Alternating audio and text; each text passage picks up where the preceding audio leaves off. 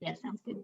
All right. Good afternoon, everybody. Thank you for coming. And some people are still joining us, so that's absolutely fine.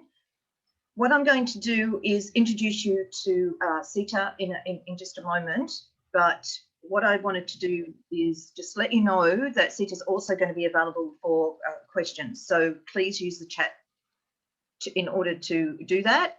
But you can also later, you can also come off mute and ask questions as well if we've got the time to be able to do that. But I think as you're going along, as things come to you, put them in chat, and what we'll do is we'll pick them up then. Okay, so that's what we'll do. So let me introduce you to Sita first. And Sita can tell you a bit more about herself, but I'm just going to quickly introduce her. And I put her bio up on iLearn. So hopefully you've all seen that. So Sita's got quite a lot of background in cybersecurity and information system security. So she was employed in the federal government with experience in implementing and updating the Information Security Manual for Systems Controls. And she worked in parallel with the Australian Signal Directorate's Essential 8 and NIST PSPF mandatory requirements. So that is something that we've been dealing with over the last week or so. And your major assignment, you need to be thinking about NIST. She worked with the Air Cargo Security Task Force to establish a supply chain framework between internal and external stakeholders, monitoring and responding to operational issues to inform policy in relation to the accredited air cargo scheme. Sita also worked for a defence contractor as a senior cybersecurity consultant, working within the Secure Communications and Information Systems Group, providing cyber resilience for military and defence to sustain their business continuity and protect their assets. So as you can see, Sita has got quite a lot of background in different areas. Sita was responsible for reviewing the ISMS for defence sectors to the ISO 2001-2013 standard, which is something else that we've also been dealing with in this unit. During this time, Sita also worked for the open source intelligence team to gather, synthesize, and connect intelligence for government agencies. Sita has a Masters of Policing, Intelligence and Counter-Terrorism, specialising in cybersecurity from, guess where, Macquarie University, a Bachelor of Politics and International Relations and Bachelor of Science in Psychology from the University of Canberra. Sita is currently working at Privasec, GRC team as a senior consultant located in the Sydney office. So the reason why I wanted to explain Sita's background is this gives you a very good indication of where you can go with cybersecurity. So cybersecurity, a lot of what happens is there are different opportunities that open up depending on who you're networking with and what's available. So Sita, a very warm welcome and over to you. Thanks so much for that, Yvette. That was really nice, actually. So yeah, hi everyone again. So yeah, my name's Sita. So I'm a senior GRC consultant at Privasec. So today I'm actually just going to be walking you through governance, risk and compliance from my perspective as a GRC consultant. We're going to look through a few frameworks, and we're going to talk about implementation, expectation and kind of what's involved. Okay, so Privasec is a leading cybersecurity partner. We have a range of end-to-end services. So we look at red team attack simulations, ethical penetration testing, and then of course, security, governance, risk and compliance. And we've got offices in all major cities and Southeast Asia as well. So we have two lines of business. We have Privasec Red and Privasec GRC. So Privasec Red team provides everything technical. So drones, physical intrusion, theft simulations, to kind of more common penetration testing, so hacking. And then the Privasec GRC team specialize in security governance, risk management and compliance. So as you can see on this slide, we have numerous certifications and security cleared experts that underpin our label as advanced suppliers to the government and federal and state government. And we're also ISO certified as well, which you guys have looked at. And then on this slide, you'll just see a range of our clients as well. So they range from like medium businesses to large enterprises, and they're across all industries as well. All right, so let's just touch quickly on GRC. So governance, risk and compliance is essential in creating cybersecurity roadmaps and plans for an organisation. So it forms the building blocks for any organisation to achieve and maintain security maturity. Governance is all about how an organisation has to run in an efficient and responsible manner and how they report their policies towards all stakeholders. All the goals have to be aligned. Risk is all about organisations, how they identify risks and management measures and report on these risks as well. And then of course, compliance is when an organisation must demonstrate how rules and regulations apply to their organisation. And this is really difficult because compliance changes over time. But by structuring all three components of GRC, the impact on the business operations becomes clear, and it offers an insight into the interactions of businesses and their processes. So let's dive in. What's the Essential 8? So the Australian Cybersecurity Centre, I am so sorry, that's me. We're good, okay. The Australian Cybersecurity Centre, or ACSC, is part of the Australian Signal Directorate, and they created 8 mitigation strategies that they recommended as a baseline for all organisations to protect themselves against known cyber threats. And if you've looked at the Essential 8, you would have seen this figure 8 model previously. So the Essential 8 consists of 8 separate strategies to prevent attacks, limit the extent of attacks, and then recover data or applications in the extent of an attack. And you can see this up here on the screen. All right, so let me show you a little bit more in depth what this looks like. So the Essential 8 is based on a maturity model. So it allows organisations to firstly check where they are, or what we call their current state, and then secondly check where they want to be, or what we call their target state. Now, if you've come across the maturity model before, sort of pre-July 2019, you would have noticed that the ACSC previously had maturity levels 0 and 4. 0 being no implementation at all, or for non-compliance organisations, simply making the model redundant, and then 4 being implemented and running exclusively for extreme risk environments. But agencies are now told to contact ACSC separately for further advice if they're in either of those categories. So if we look at the maturity levels marked in the black circles, we have maturity level 1, which is partly aligned with the intent of the strategy, maturity level 2, which is mostly aligned with the strategy, and then maturity level 3, which is fully aligned with the strategy. The ACSC recommends to be at around maturity level 3. So now we can look at what is like the most arguably significant change to the strategies. If we look at the yellow highlight, the mitigation strategy, and look at application whitelisting in the first row, you'll see that there is a requirement for whitelisting to be implemented on all workstations and servers to reach a base maturity level 1. Previously, there was more of a focus on only workstations, but now we're seeing the model evolve from workstations to Active Directory to email, and now to all servers. Maturity level 3 now requires that Microsoft's recommended block rules are also implemented to prevent bypasses.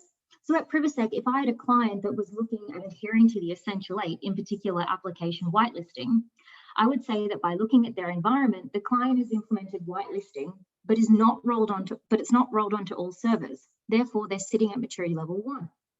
So the effort shouldn't be too considerable to get them to maturity level 3, which would be to implement application whitelisting on all servers. This is assuming that a dedicated whitelisting package has already been implemented. Now, Microsoft does have built-in tools such as App Locker that's effective. However, management can be difficult, and more purpose-built products like Airlock Digital are often the best. So once we decipher where an organisation lines up against all 8 mitigation strategies, we produce a report with some of the best practice advice and methods to achieve a higher level of maturity. Okay, so we all have come across ISO 27001. And we all know that risks associated with cyber attacks and data breaches continues to increase. And of course, information security has become critical to businesses. An effective approach should help defend against both external attacks and common internal threats, such as accidental breaches or human error. So the ISO 27000 series is a family of mutually supporting security standards that together provide a best practice approach to information security management. For example, ISO 27002 provides the code of conduct, guidance, and best practice that can be used to implement an information security management system or an ISMS. So having said that, ISO 27001 is one of the most popular security standards in the world, and it helps organizations manage their security practices consistently and cost effectively. So ISO 27001 is the international standard that only provides the specification for this effective ISMS. An ISMS is a systematic approach consisting of people, process, and technology, and it helps you manage and protect an organization's information through risk management. An ISMS, particularly one that conforms to ISO 27001, can help an organization comply with a host of laws, including the General Data Protection Regulation, that's the GDPR, and other like network and information security regulations. So this makes ISO 27001 applicable to all organizations, irrespective of their size, their type, or their nature. ISO 27001 focuses on protecting three key aspects of information, so confidentiality, integrity, and availability. And I'm sure you've come across the CIA triad. So confidentiality means that the information is not available or disclosed to unauthorized people, entities, or processes. Integrity means that the information is complete and accurate and protected from corruption. And availability means that the information is accessible and usable, and when authorized users require it, it's there. So because ISO 27001 certification is not mandatory, let's go through some of the benefits. So ISO 27001 helps an organization secure their information in all forms, whether digital, paper-based, or stored in the cloud. It also helps increase an organization's attack resilience. It helps an organization protect what matters, whether it's the whole of the business or part of the business or just part that deals with handling information security. And that's because ISO 27001 protects against technology-based risks and other more common threats such as poorly trained staff or like ineffective procedures. It also helps respond to the evolving threat landscape and can easily be adapted to changes inside the organization and externally as well. So it ensures that information security risks are effectively managed over time. ISO 27001 helps reduce costs against information security, ensuring that organizations can maximize their return on investment, which is something that we as consultants that are obviously in a business often look at. So of course, it protects against the CIA triad of an organization's data, and this is done through policies and procedures that offer technical, physical controls that protect against, the confidentiality, integrity, and availability of an organization's information. And of course, when an organization's ISO 27001 certified, it instills trust amongst their respective customers. So in a way, the ISO 27001 standard is a holistic approach. It makes security part of business as usual and covers the whole organization, not just the IT department, so that an organization can understand risks and embrace security controls as part of everyday working practices. So there's 114 controls in the Annex A of ISO 27001, and it covers information security practices, including what you see on the screen. So physical access control, firewall policies, security awareness programs, procedures for monitoring threats. But the standard is not just about these policies, it's about what is only necessary for the effectiveness of the ISMS. So it's not about creating more paperwork or documents, and a lot of auditors that we work with are just looking for intent and evidence of effective security governance. So this is where Privasec would come in, and part of my daily task would be to assist an organization in comparing their environment to ISO 27001 standards and to ensure that they have the required implementation controls. So from this, we work out what the gaps are and give the organization a certain amount of time to remediate those gaps to ensure they implement those missing controls or provide documentation that those controls are not applicable to them. An ISMS typically takes between 5 to 9 months to implement from the moment we engage the client to the moment the certification lands on the desk. So let's talk about remediating the gaps that I just mentioned between the organization's current state and their target state. A risk treatment plan is an essential part of an ISO 27001 implementation process. It basically documents the way the organisation responds to identified threats. So we would work with the organisation to define their risk appetite, to create a list of unacceptable threats that need to be addressed. From this, we assist the organisation in taking one of 4 actions. So we might modify the risk by implementing controls to reduce the likelihood of it occurring. We might avoid the risk by ceasing any activity that creates it. We might share the risk by introducing a third party and outsourcing the security efforts. Or we might retain the risk and believe that the cost of treating the risk is higher than the damage it would cause. So once an organisation has met the various requirements stipulated by ISO 27001, the next step would be to get certified. And Privasec uses organisations like SAI Global or Lloyd's Register as certification bodies, and they conduct the final certification audit. So Privasec can act on behalf of the organisation to guide the certification audit as well.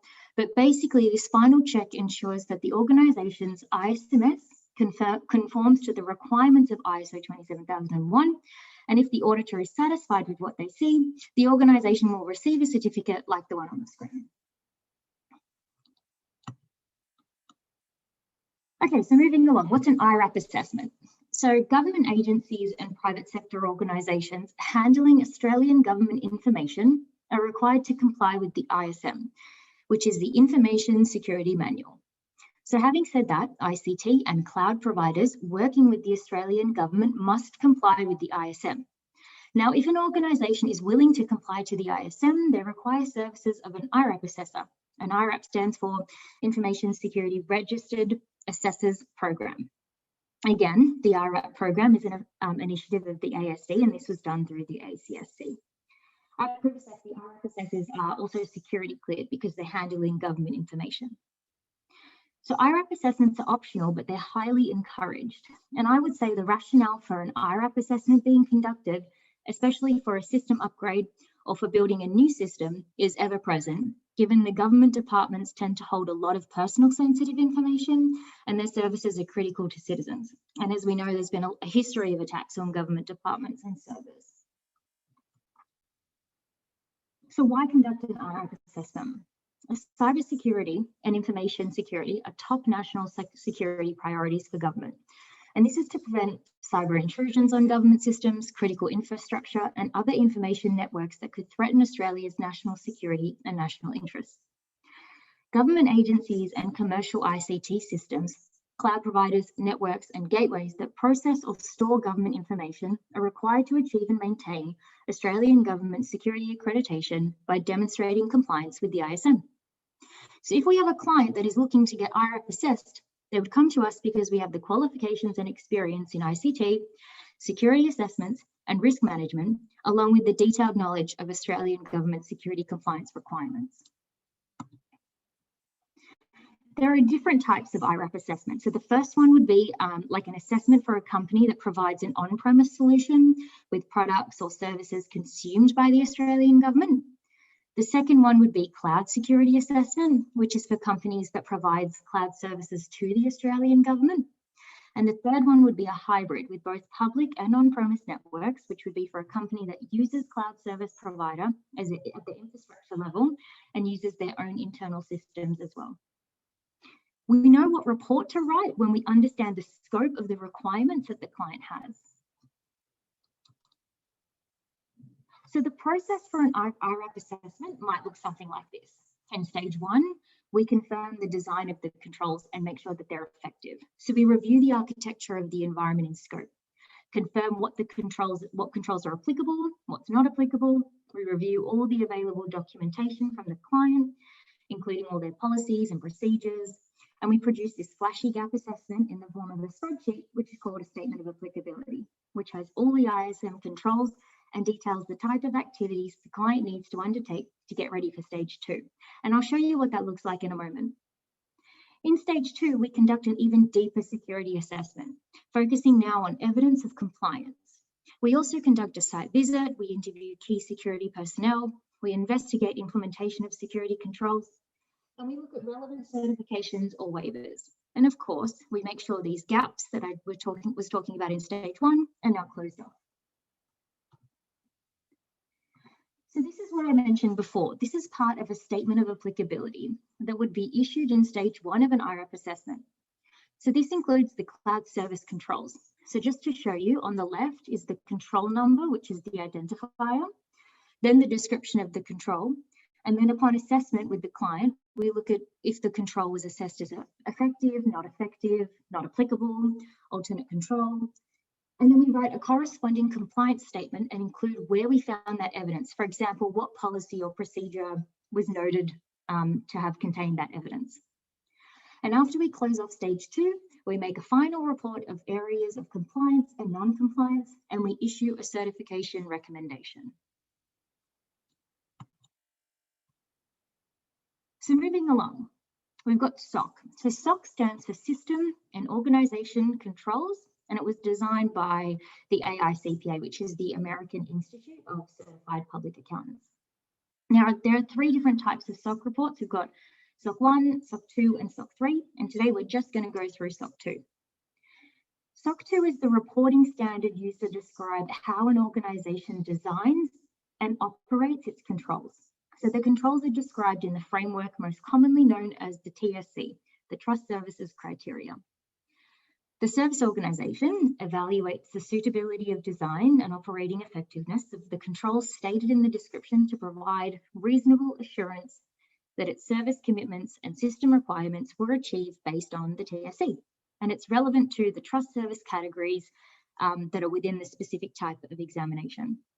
The purpose of the SOC standards is to create a level of confidence and trust for organizations when they engage third-party vendors. Now, there are 2 types of SOC 2 reports, type 1 and type 2. A type 1 report is restricted to an assessment of how the security controls are designed at a specific point in time. Think of it like a camera, like Colin in the image above. And a type 2 report includes the operating effectiveness of the security controls over time. Think of this like an evolving movie. I tried to get all 7 Harry Potter movies in there. So to recap, type 1 is a design report and type 2 is an operational report. So in SOC 2, with type 1, there's actually 2 phases. So the first phase of a type 1, we conduct what we call pre-work. So our internal team looks at mapping the trust service principles that have been selected to the service organization and where there are gaps or misalignments. We allow for the organization to obviously remediate those gaps. And then during this pre-work, we make sure that the design of all the controls are effective. We ensure that even if the service organization has not experienced some of the controls for the design, it's still documented. So for example, if the client hasn't experienced a natural disaster, we just ensure that they've designed a disaster recovery plan and it's in place. So during this half of the type 1 report, we ensure the design of the selected trust service criteria principles are in place. Now, from this gap report, we involve an audit team, and this builds on the first phase. And this is called the SOC 2 Type 1 Phase 2. So we just had the pre-work, and now we involve the audit team. And all of these skills are still in-house in Privasec. The audit team will collect evidence, and they conduct mini workshops in the form of tests to ensure the design of each control meets the intent of the business and the TSC control objectives. Once the audit team has completed their design tests, they're able to provide the final deliverable, which is an assurance letter that's delivered to the organization. And this letter is very succinct and states that the organization has been audited. So while we can all appreciate the humor of this comic, it's scary how many organizations have this type of mindset, especially when it comes to security, privacy, and confidentiality of their cloud stored data. This is where SOC 2 compliance audits and reports really come in handy.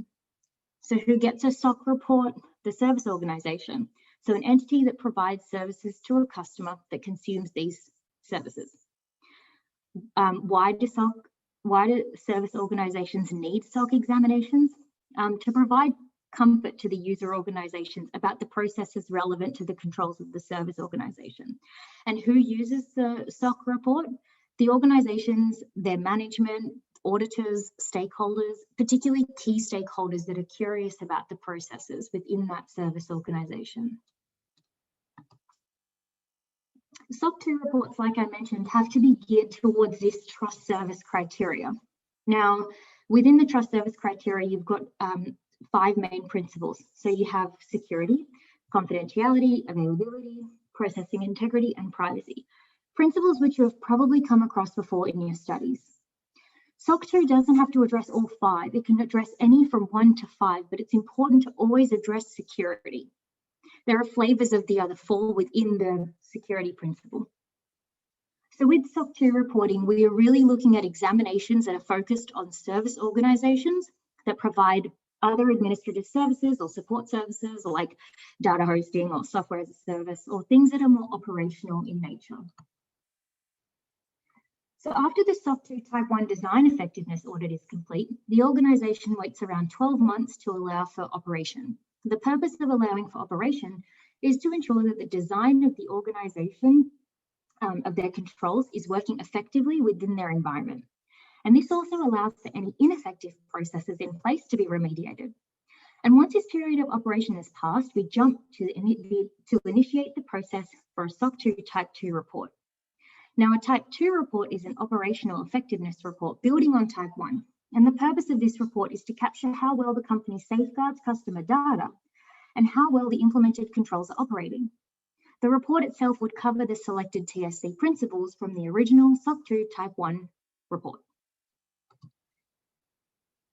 So I don't know if anyone's actually visited the Museum of Contemporary Art, but you'll find this Japanese artist called Tabayumo, and her art is drawn by hand, and then it's animated on the computer. So let us use this example to look at SOC 2. So a construction company might design an apartment block with fire escapes, fire doors, and wheelchair access. So our job would be to ensure that the design is effective for the purpose it serves. In this same example, we would come back 12 months later and check the operational effectiveness by testing that if there was, say, a fire, that the fire escapes were routed correctly, that the building access was restricted to only those residing in the building, and that wheelchair access was indeed accessible. Aside from the example, I think the image is pretty cool. Okay, so this is the last one. So PCI DSS, it's the Payment Card Industry Data Security Standard, and it was developed to encourage and enhance cardholder data security and to facilitate the broad adoption of consistent data security measures globally. It was actually launched between 4 of the major banks in 2004. So PCI DSS applies to all merchants and service providers that process, transmit, or store cardholder data. Now, if organisations that handle card payments don't comply to PCI DSS, they actually might risk suffering financial penalties. So that's because PCI DSS is a standard, not a law, and it's enforced through contracts between merchants and payment brands. And those institutions can actually fine for non-compliance. Like with a lot of these frameworks, compliance requirements depends on the size of the organisation and the volume of transactions it undertakes. The criteria that a merchant or service provider has to meet is set by the individual payment brands. Each have their own compliance program in place. The PCI DSS specifies 12 requirements that are organised into 6 control objectives. For example, building and maintaining a secure network. So this would be to install and maintain a firewall configuration to protect cardholder data. It is really important for us as consultants to conduct the PCI DSS gap analysis as a useful first step to determine the organisation's current compliance levels and outline the specific steps needed to achieve full compliance with the standard.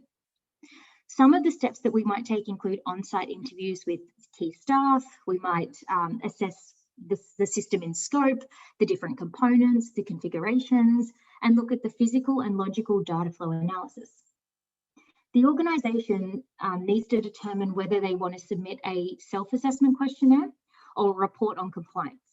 So there's several types of self-assessment questionnaires, each with different requirements. For example, internal and external vulnerability scans or regular penetration testing. Whereas the report on compliance must be conducted by a qualified security assessor. And we have those skills in-house in Privasec as well. So these consultants will issue a formal report to the PCI Council to attest that the organisation is in full compliance with the standard. All right, so what do all these governance, risk and compliance frameworks mean? Let's take a look at this Elena Esquivel image. It depicts the theory of chaos. This is basically a reminder that non-linear things cannot be controlled. Unlike gravity or chemical reactions, our lives are complex, they're unpredictable, and they're full of surprises. And this is how we see GRC. The importance of embedding GRC into an organisation is so that an organisation can steer performance, improve products and services, and prevent damage and eventually be in control. Essentially, as GRC consultants, we have the power to steer the course of an organisation and eventually find safe harbour. So on that note, I think I'll leave it here. Thanks so much for your time, and I think we might go to questions. Thank you, Sita, very much. That was very informative. And I think that gives a really good overview of some of the issues that organisations are facing. So can I open this up to questions now? So who's got a question for Sita? I can't see any questions in chat for now, so I'll just wait for a second if somebody wants to type something.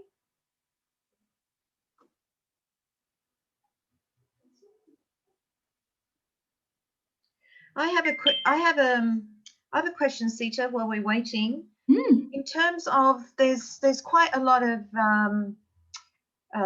issues around cyber insurance now. Yeah. Yep. So from your perspective, one of the things that we've talked about is with cyber insurance, it doesn't absolve an organisation from risk. So where does cyber insurance fit in all of this? Yeah, so a lot of companies now, they have like customized cyber liability insurance quotes and things like that from different companies.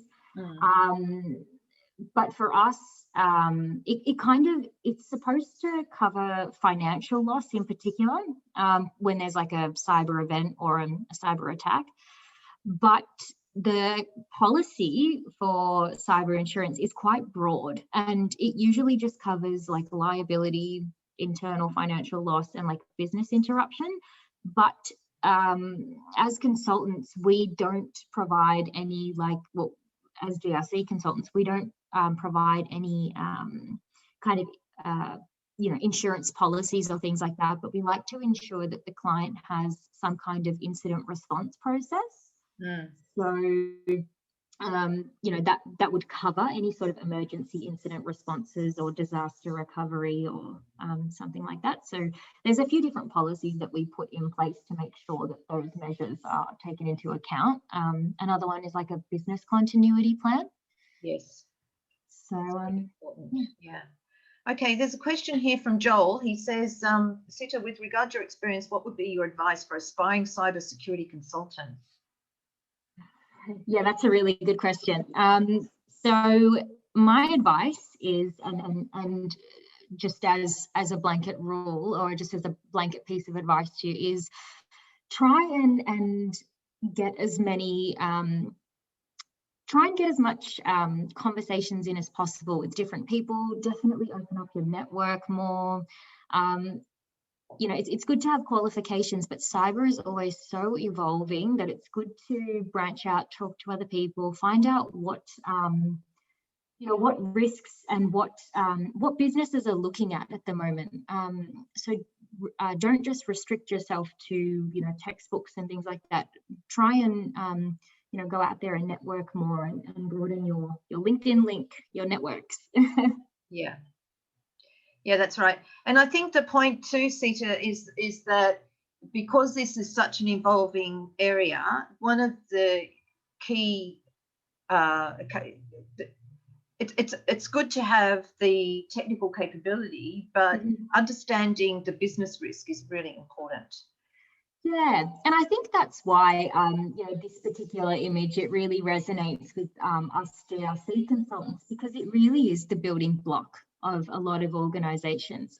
You'll find that organisations need to conduct penetration testing, or they need people from a technical perspective, but they also require a lot of governance and things that you're building now, your roadmaps and trying to plan for an organisation. It's actually quite chaotic because there's lots of moving parts. So this side of cybersecurity is it sort of goes swept under the rug a little bit, but it's quite an important part of businesses. So trying to identify that and trying to find, you know, creative ways of doing that is also really important in this line of work. Yeah. Okay. So just some more questions here. Sita, they're coming a little bit faster now. I think people have got their they're getting their typing fingers happening. So the next question is, does cybersecurity auditing include background checks? How often do you need to renew your certification? Yeah. So with what we do, there's different lines of qualifications. So when I first started, I had graduated from Macquarie Uni.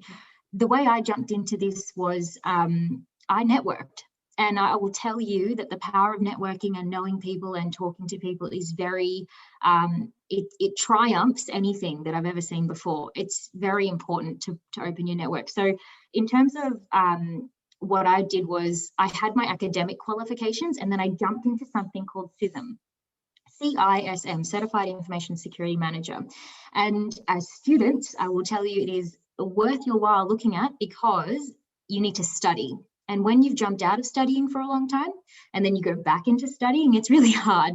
So it's important. I think that's probably a really good place to start and a good certification to have. That certification in particular, you don't need to renew, but you need to kind of build upon that. So you might also become an ISO auditor as well. And then combine those two, ISO auditing and CISM, you can become an Irap assessor.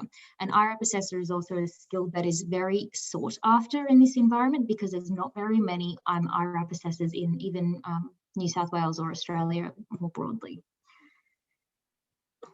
Yeah. So I think and probably the qualification issue is going to be more important. So for example, ISO 27,000, you know, you can be certified, you need to be certified in order to be able to certify organizations that they meet those requirements, right? Yeah, absolutely. And it's because those certifications are often evolving. At the moment, we don't need to renew certification, but I'm sure that's going to come up at some point. Yeah. So this is, there was just a huge thunder just now. I don't know if you heard that. Yeah. But, huge, it's like right overhead. So I think the certification issue is something that we all need to keep an eye on, because these certifications are going to become more important. And I have a colleague who she also does that. So what she does is she audits government departments for their and looks and for 27,000 certification. So she's able to certify that. So there's more questions here. So this is really good. Hi, Sita. It seems you have a broad range of experience working with a broad range of people. How was working with the military different from corporate? Were they more concerned about cybersecurity? That's a good question. Are they more concerned? Relatively, they have more budget, that's for sure. So we can have more conversations about broader ranges of things that might need to be implemented. Are they more concerned though? I've seen organizations in the private sector that are that have been certified faster. I've seen turnaround time really quickly with the private sector organizations. So I don't think they're more concerned, but definitely in terms of business risk, they have higher risk appetite. Yeah. So yeah, they're definitely they should be more concerned, but I don't think that they are any more concerned than someone that's in like the private sphere. Sector. Okay. So the next question is there any evidence that if companies comply with these standards, bearing in mind, I suppose, this is not part of the question, this is is my add-on, bearing in mind that this costs money, right? So I suppose that's an important, it takes significant resources in order to make sure that these standards are met. Yeah. Is there, do the organisations become more resilient against cyber attacks? So it's not just like a tick box approach. And is it possible to give an example? Yeah, again, that's also a really good question. From what I've seen, absolutely. What we try and sort of say is that this isn't a tick and flick exercise. It might have been like that back in the day, but now with companies and organizations, it's hard to just hide behind certification. And what I mean by that is it's good to have document suites and sets of, this is my system security policy, this is my risk management plan. But the way certification works these days is show us your policy. Now show us how you do it. And they have to show us specifically how they go about doing these things. And that's the part where we test the operation. And because they have to maintain certification, so we come back and audit them again the following year, it's very hard for them to kind of neglect things. More often than not, we see people improving because they've got the direction, they've got the guidance, they've got the resources, and they've got support internally from the businesses as well, from the senior management as well. Yeah. Okay. So that's another question. I think, but I think it's an important one. Is that it's a bit like any sort of audit. It's more than just being able to. It's more than just compliance. It's more than just compliance. Yep. Absolutely. Okay, so the next question is, hi Sita, very useful session indeed. So thank you for that feedback. Do you have any experience of cyber attack in the field of custom activities such as import-export activities that you could share? Yeah, so I used to work for Air Cargo Security Task Force when I worked in Canberra, and we had some attacks happen down there within the task force, and it is quite chaotic when it occurs. And it is when you're on the ground and you see it. This was before I joined Privasec and before I even joined the other field of work I was doing. So prior to all of that, my experience was I'd just come out of my undergrad, I'm pretty sure. So when I worked for Air Cargo, it was quite chaotic on the ground, and you see people fluster. And I think that was probably my first real experience of thinking to myself, wow, this is like so chaotic, and it needs, how do people control this? How do people remediate this? What does it look like to bounce back from this? And a lot of data was lost, and you will notice a lot of the time that we say we don't negotiate, but there might be a small delay where potentially it is easier to negotiate. So I think what you see on the ground is very different to how things are being treated these days, and I think that's why this particular field of work is very important. Yeah, so there's a pragmatic part to it. There's so on the one hand you have like policies, but at the end of the day you've got to keep the business running, right? So that's why business continuity and disaster recovery is so important. Yeah, and I think planning for every scenario within the organization is important. What's the likelihood of it? What's the likelihood of this occurring in the organization? I'm sure you've covered, risk matrix likelihood, what is defined as a risk as well. And people do go back to that, because once you have a policy or a plan or a procedure in place, people within the organization will go back to that and refer to that when there's a chaotic, when there's something that's chaotic that's happened, like a data spill or information's been leaked, and they will say, okay, well, this scenario was tested. This is what we need to do. We need to isolate the system. So I think in scenarios in the past that I've worked in particular, it's kind of gone up in arms because there was no planning for that sort of situation. Yeah, so people don't know what to do.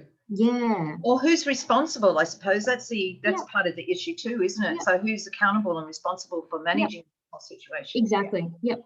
Yeah. Okay. Now the next question is a good one as well, from Daniel. Do you think that board stakeholders, C-level execs, are now more aware of the need for robust cybersecurity? Do you see that awareness improving, increasing? Yeah, yep. So that's another really good question. So from what we see, or from what I see, business executives see how important it is when we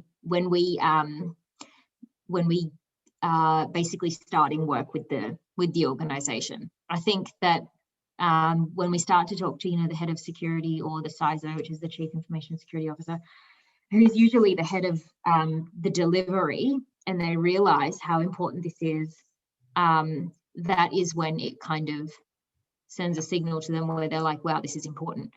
The other time where we see this kind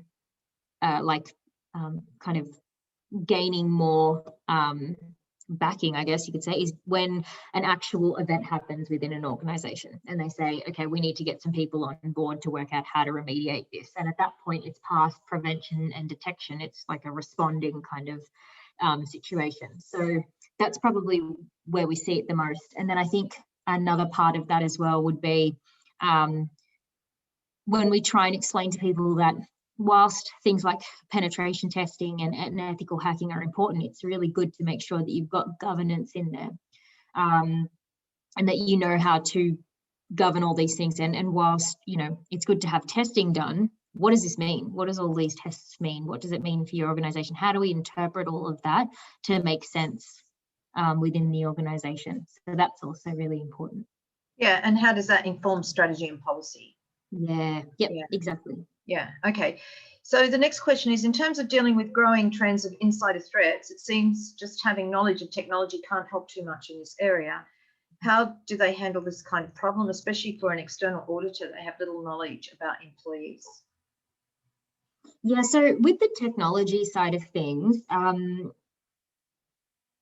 guess a lot of it, you don't have to be extremely technical to be in the space that I'm in, the governance part of things, but it definitely helps, because then you get a more holistic view of what's a network, what does cryptography mean, what does a vulnerability scan mean. So this is what I'm saying.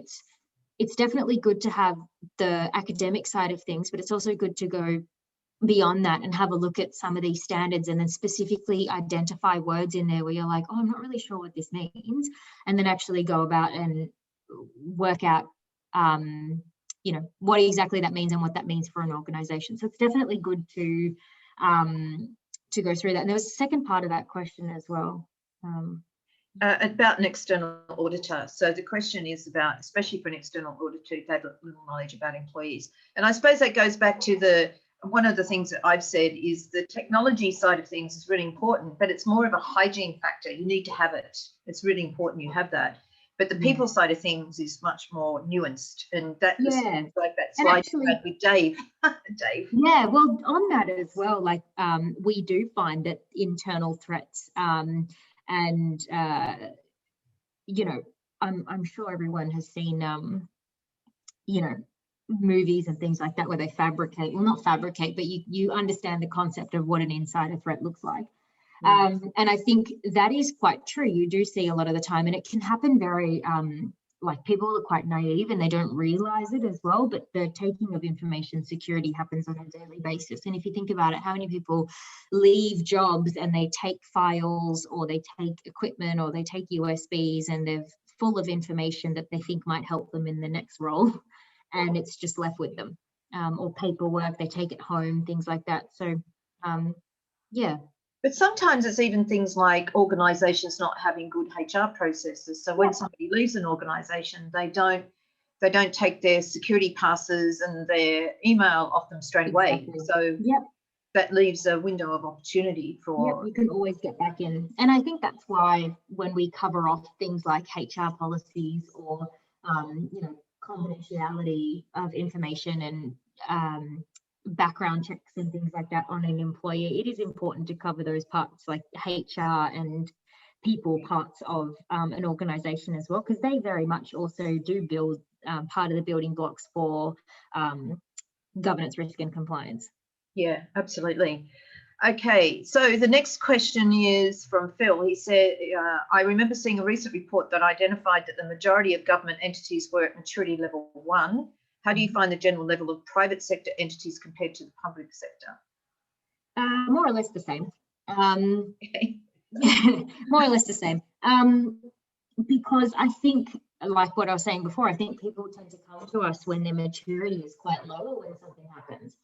And so, yeah, it doesn't surprise me that a lot of government entities are sitting at maturity level 1 when they need to be at a level of 3. And you remember from the very first slide or first couple of slides, I was showing you that, you know, when you're at a level 1, it means you sort of have things implemented and they're sort of there, but they're not really effective on absolutely everything, which kind of in a way sort of makes them a bit redundant. So we do see a lot of that in smaller businesses and also in the private sector. So the next question, we've just got a couple more questions, Sita. Thank you so much for go for it. For answering these. They're very good questions. So thank you everybody for your contribution. So Mark's asked, from your experience and advice, what is the usual legal action if attackers are state-sponsored on the data breach? Sorry, could you just repeat that? It says, what is the usual legal action if the attackers are state-sponsored? So I suppose that means that if there are state-sponsored hackers, what are the consequences for them legally? Like, is there a? I mean, because often these particular hackers aren't onshore. You know, they could be from Russia or from anywhere else. And that's happening right at the moment, isn't it? Yeah, so, look, if I can be honest, a counterattack or any kind of state-sponsored cyber attack is actually quite a grey area when it comes to legal, you know, legal matters. I don't, because sometimes it's really hard to check, where they're from. It could be across, you know, different foreign countries as well, like we mentioned. It could be not a lone hacker, it could be a group of hackers. So it's actually really hard to legally say what would happen. But I think international law might focus on things like armed attacks as well, but not really cyber attacks. So it's quite grey, especially, like you're saying, if they've come from Russia or China and it's overseas, it's hard to take legal action. So I think in this instance, we, especially within government and state, they try and focus on prevention. Yeah, that's right. And I think that I think this is an issue around the world, isn't it? That yeah, absolutely. Yep. Anywhere attacking any place at any time. So, okay. So Masumi has said thank you for your valuable discussion. So that's Prashanta has asked, could you kindly share the challenges you usually face implementing these standards that you've talked about in organisations? So what are the key challenges, Sita, that you have? Yeah, key challenges, number one, there are no documents. There's no document set. There's no policies, no procedures, no plans in place, which makes it very policy burdened. It makes it very paperwork heavy. So that's definitely a challenge. Another thing that might be challenging is when an organisation uses multiple cloud service providers, or they have multiple lines of business running. That's a challenge. We can together within the company, within the organisation, overcome those challenges, and I think that's why this job as well is not so mundane. It's very each client has a very tailor-based approach, and this is like what comes with you know, working with different clients. You have to try and work out those challenges, but definitely policy and procedures. And I think other challenges that I've noted in the past, as well as when a system is quite big, and now I work with by myself on certain clients, and I might work with maybe one or two other people, but in the past I've worked on securing massive systems which you work with like 20 different people. So there's challenges there to make sure that everyone aligns and has you know, the exact same understanding of where the business needs to go. Internally as well, in a lot of organizations, I think it's quite challenging to educate organizations on why this is so important and why. I mean, GRC is definitely not flashy. I can't tell you that we hack things and we do all those things, but like personally, I don't do those things, but it's hard then to sit people down and explain why this is relatively important and why it's, you know, there's a massive education piece around GRC, and I think that's a challenge in some organisations as well. Okay, thank you. Just one last question we have here. So this is really good. We've got through all the questions pretty much. Johan has asked, what would you suggest in terms of educating yourself regarding the technical side of GRC? Yeah, for that, I think it would be good to look at things online. Honestly, if you even just YouTube a few videos and things like that of what a network logical diagram looks like, what's a vulnerability scan, what does red attacking mean, what is it to be red team, blue team, what is a penetration testing, things like that. If you just watch short videos, you'll be fine. You'll understand it. And you don't need to know specifically what was done within that penetration testing. As long as you get the high level of things, you'll be fine, because that's for a more technical person to understand, of course, unless you want to head down that path. But yeah, from a GRC perspective, it's just about education. A lot of the time it comes from just talking internally as well to the GRC team. So whenever I'm in the office, I'll sit down and have a chat to them, and they'll explain to me specifically what they've done within a certain client as well. So that also helps. Okay, that's awesome. Thank you so much. We're just about out of time. So did anybody have any other burning questions while we have Sita with us today? I think if any of you have any questions that we haven't covered today, or that you would like an answer to, I think it would be good if you just email me and I can pass that on to Sita. Is that all right, Sita? Absolutely. I've got LinkedIn. Find me on LinkedIn as well. If you need a chat, anything like that, let me know.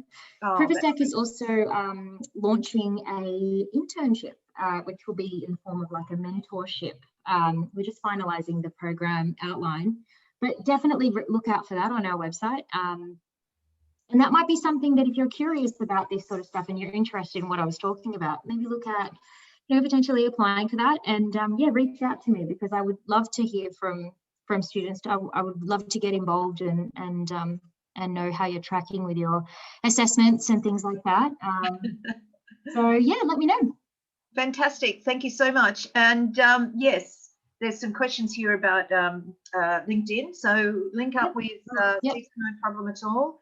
And I think that this is really important. All of you that are here today in this session, and this recording will go up on iLearn, so that's pretty awesome as well, because that means that all of you have got access to it again, and you also and your fellow students will have access to this recording as well.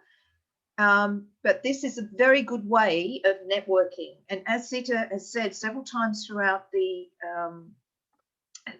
session today, and I've mentioned this over the last few weeks as well, is one of the most important things that you can do is get to know each other, all right? So this is an opportunity. This is why we have these sessions every week. So you're getting to know each other, you see each other's names, you start chatting with each other. And this is part of the network. You get to meet people that are in the same area of you, have the same interests as you. And as you can see with Sita's CV, her background, so what's happened is there's just been opportunities that have opened up, and Sita's taken them.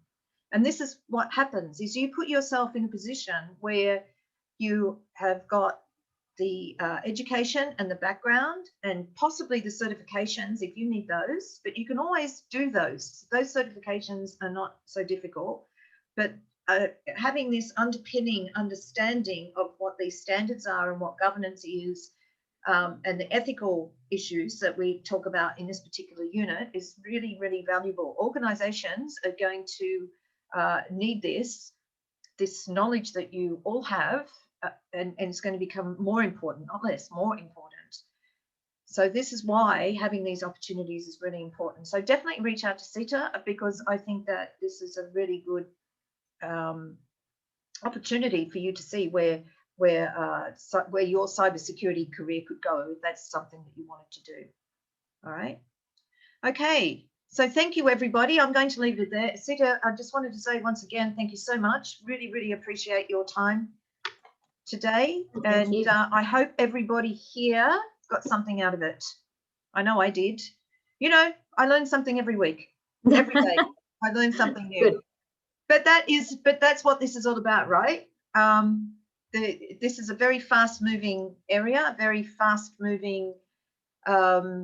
You know, cybersecurity, cyber governance is very fast-moving. You know, and we're not going to know it all. But if we've got if we have the underpinnings of understanding of what standards are out there, what the issues are, what risk is, I think that makes a big difference. Yeah. All right. Absolutely. So I'm going to leave it at there. I'm going to finish today. And thanks once again, everybody, for joining us and coming early. And thanks again, Sita. And I think the storm is gone now. I was a bit worried with the I was a bit worried that something might happen to the technology while the storm was. Yeah. All right. Thank you so much for that. We'll be in touch with it. Okay. Thanks Bye, again. guys. Bye-bye, everybody. Bye-bye.